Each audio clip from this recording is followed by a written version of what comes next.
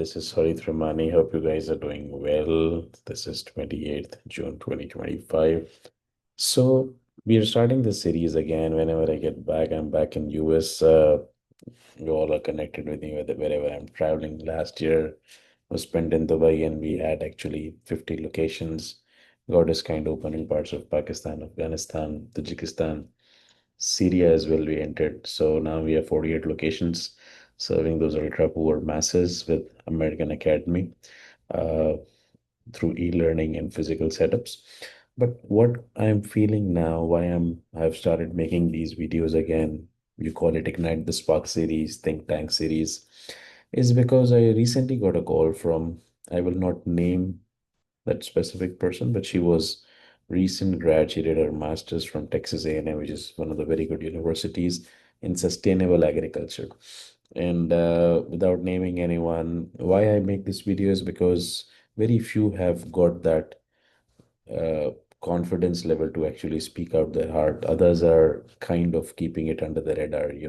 Everybody is it on their kind of trying to look good. Kind of very pessimistic on what's going on with her because for last 6 months she was unable to get the job. My second question to her was she's really in the wonderful field. And I thought about my time when I graduated in 2003 and 4 from biotech being one of the pioneer fields, and I got Fulbright scholarship for PhD to US. And the intentions were the same. These kinds of innovative fields, they look very good, they look very sexy, but at the end of day, the job opportunities are less. In fact, there are no job opportunities, but wherever you go, people admire you. So the thing is, then my next question to her was, what are your batchmates doing? And she was very straightforward. She said only two of them have got jobs. Out of it, 28 out of 30 are actually jobless. And unfortunately, they have joined parents' gas stations, and they're doing odd jobs, those kinds of things. Very frustrated.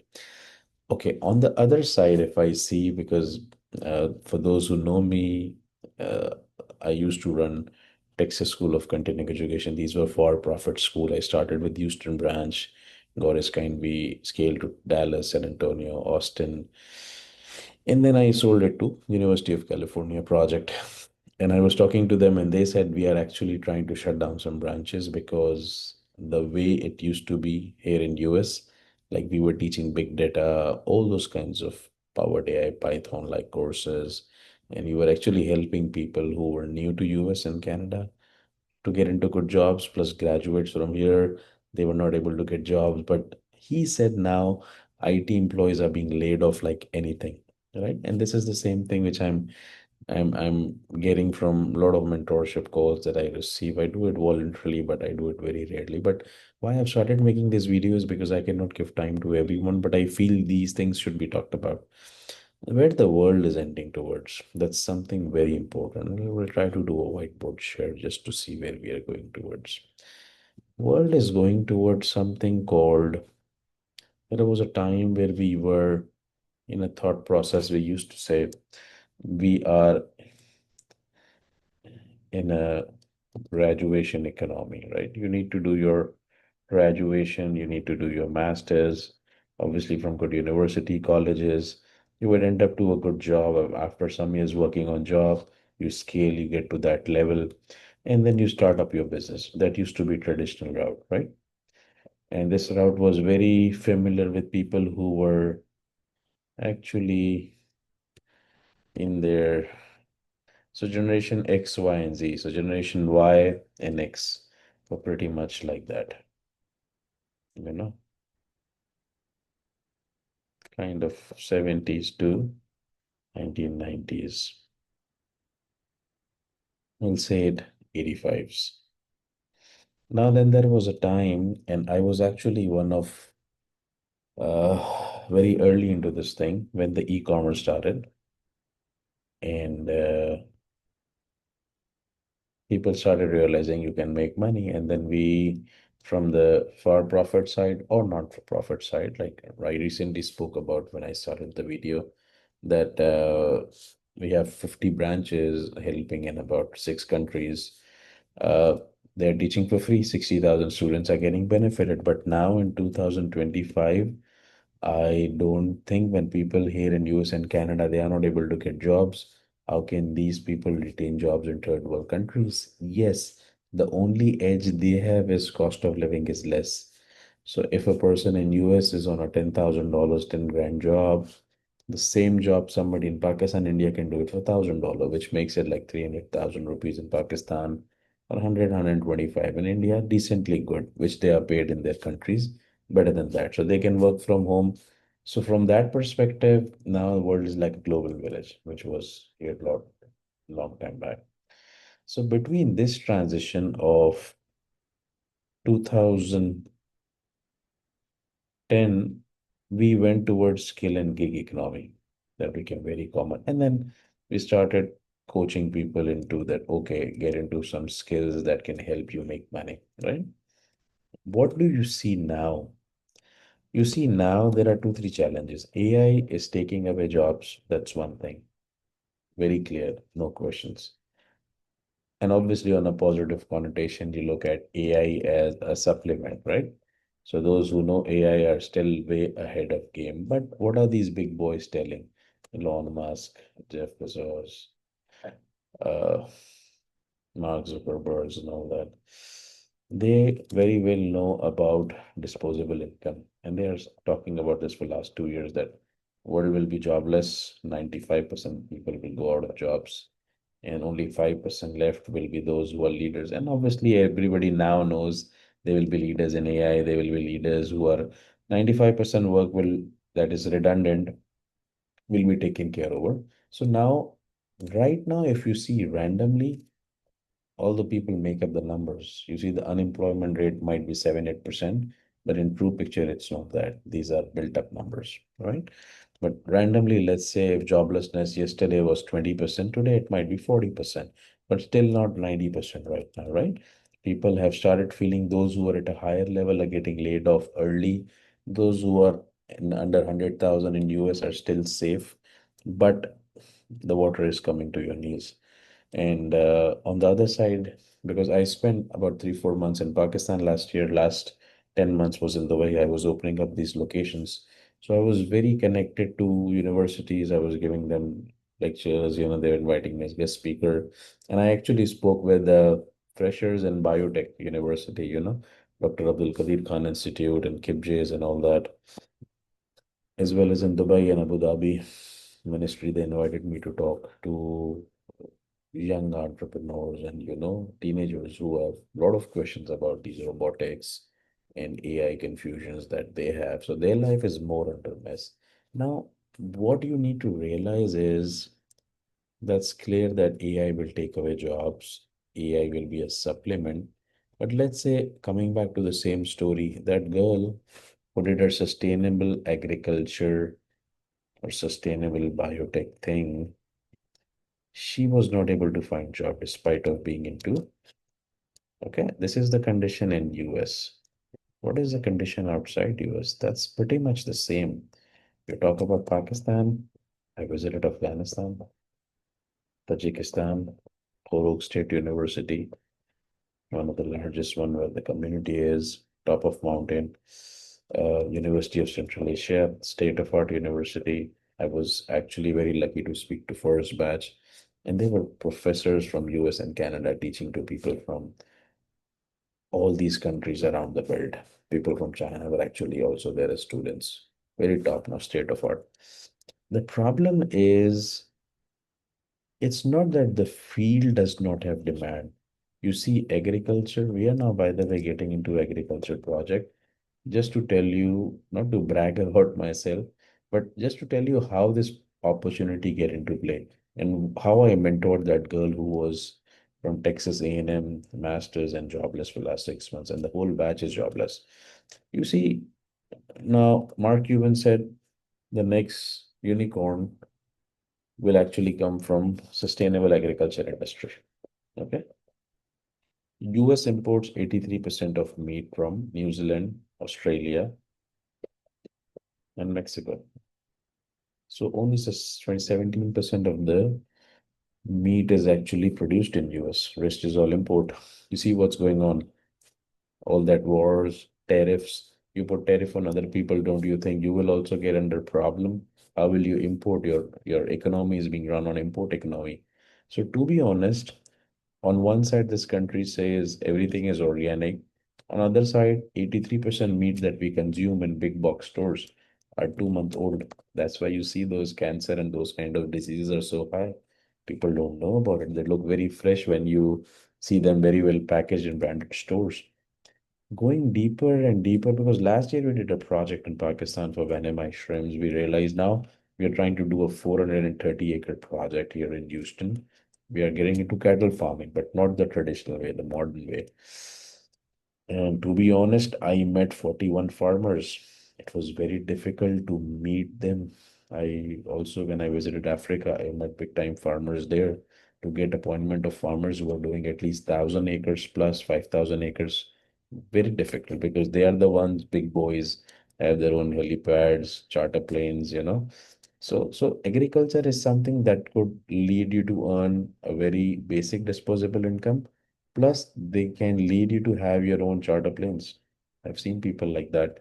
I've been mentored, like I say, to find a mentor. I also find mentors. God is kind.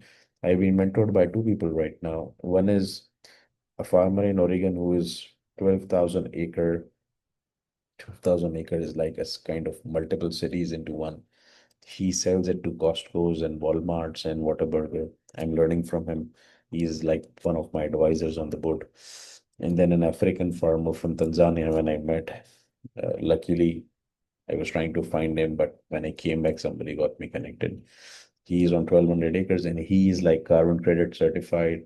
He sell it to big boys. So we were talking about what kind of new things they grow. But the thing is, whether it is Pakistan, whether it is Tajikistan, whether it is US, if you keep on finding job and you're not able to find that, you're not able to find that, you're not able to find that, you start getting worried, you start getting depressed. And then what you do is you find odd jobs.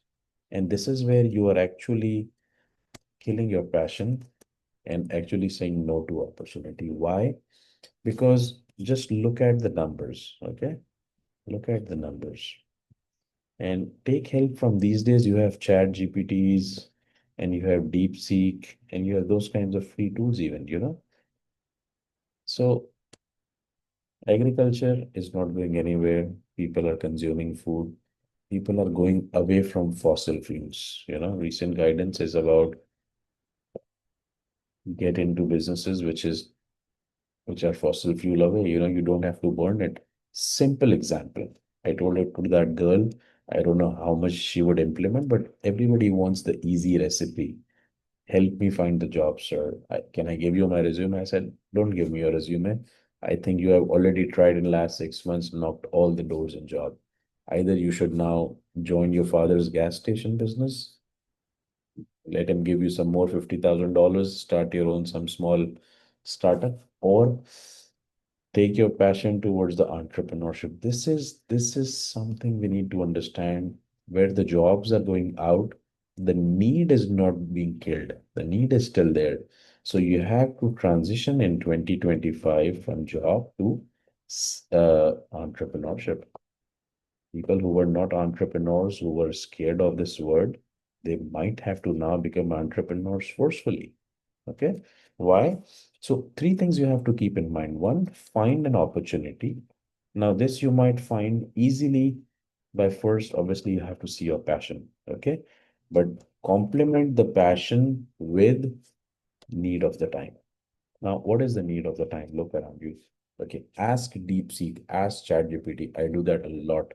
This has really fine-tuned my brainstorm process. What we do is now we see ChatGPT will tell you, DeepSeek will tell you, okay, I asked them actually yesterday, how do you see 20 years ahead based on my passion? My passions, I know education, public speaking, agriculture, innovative biotech, and technology. I asked them 4 5 things that I love, that I care for.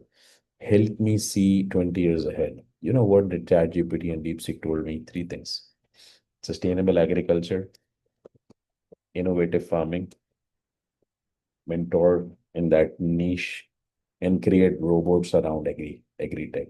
And then I further dived into it. It said it's a $4 billion market, 91% untapped. Then I asked what are the top 10 companies doing some sustainable thing in that space. Every company was able to get funded. Half of the companies did not deliver. So still, I see there is a lot of room for it, right? Now, let's say many people would say, oh, we are in Pakistan, sitting there in Afghanistan, top of mountain, Tajikistan. We don't even have money for our food next month. That's the same thing happens for people in US and Canada. But what do you do is, that's okay. You have to get on an odd job, get on an odd job. But don't kill your passion. Turn that passion out. You still have 1 hour a day. Instead of doing surfings on social networks, stop that. Start working on your plan. What I told to that girl was see what kind of waste recycling is there. Okay. Now, small thing. People are now moving towards reducing charcoal and using rice husk. When you're done with the crops, there is a rice waste, which if you ask ChatGPT, there are millions of tons which are wasted. Farmers don't care, they just throw it. Now you Google how to turn rice husk into charcoal, which does not give out pollution. It's called anaerobic. You don't need to be Elon Musk to do that. Elon Musk himself did not knew when he started about batteries. There is something called first principle, means you start learning from scratch. How I learn these things is I read, I see YouTube, I do chat GPTs, I do white papers. How we started Venema shrimp business in Pakistan, we imported from Malaysia for the first time. We did that. A lot of people paid. What is client have to spend some money hiring consultants from India, Sri Lanka, Bangladesh. Doesn't matter. Get the knowledge from wherever we have in our religion. Get the knowledge from China. Those days when it was difficult most to get into China. Now world is on internet. So the problem is find out an opportunity, and this opportunity means world needs it. Okay, let's say in Pakistan and Tajikistan, I was actually talking to somebody, I Googled it. 91% wheat you import. Buddy, what is stopping you to start your own wheat farm? Grow your wheat. So much land is available. That's the easy most crop to grow. Why people are actually dying for $100 job, $300 job, I don't understand. Everybody has land. Everybody can rent a land. You don't have the money, go to government, write them. They will lease you land for 10 years. Start wheat farm. You don't have the money, partner with people, group of people. That's what we are doing here. It's a $16 million project. We don't have that kind of money. Neither we do real estate deal where you just put 20% and bank gives you 80%. We have to put the full month. We are finding 100 investors. We are already there, 30% hit the road. So it's difficult.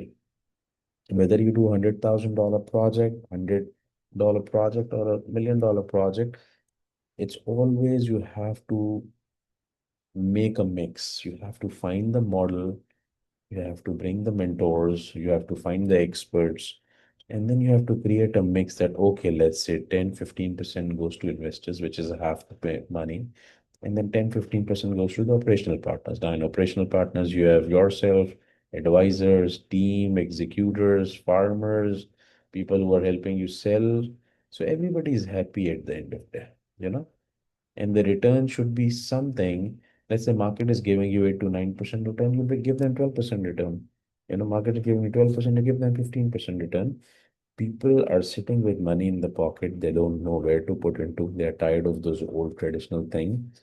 These are essential things. So why I'm trying to make this 10-15 minute long video is because yesterday was a time when you used to just tell in 2 minutes, okay, do these courses and you can be successful. Game has completely changed in last 1 year. So much change is there. You just see in last 2 months there have been three wars. Pakistan, India. There was before that Iran and this thing, and now the other countries in US is now getting into the space now the third. So this is completely changing the economy. You predict the stock market, Bitcoin is all upside down. So you have to keep on learning. Learning has to be very fast paced. This should be actually something that needs to be your passion. There is always different things. Second video that we will make on is how to get into hydropower space, how to get into electric space. There is a person I'm trying to see if I can interview. A lot of people would not like to actually tell you the secret sauce, but I will try to tell you the secret sauce, what I learned from them. Because he started his Bitcoin mining business in river of Amazon. The government supported him. Water is the free energy. I was in Afghanistan. We already discussed in Baglan Lake. That area is somewhere we cannot do project because we know to take the money out of Afghanistan is very difficult. Similar situation in Pakistan. People don't have a lot of trust into bringing the international money, but water is there for free. Develop something. I was checking out yesterday in Israel and same in India. People have made those small wind turbine things you can put on your apartment complex roof, and that can generate what kilowatt an hour. Now, do you need to be an engineer, a mechanical engineer, something to do that? No. You can hire somebody, partner with somebody, found a co-founder.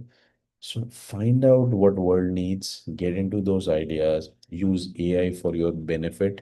You don't even need to go to libraries now. You just need to use your brain, use those chat GPT, deep seeks to help you get trained, and then find out how what somebody else is doing similar in the world, write them on LinkedIn, start the space, be an entrepreneur. I hope this helps you. This is Farid Premani signing out. Treat this as an episode for entrepreneurship because today we spoke about how to turn your sustainable environmental idea into a business model. Our next episode will be something around energy space. Take care.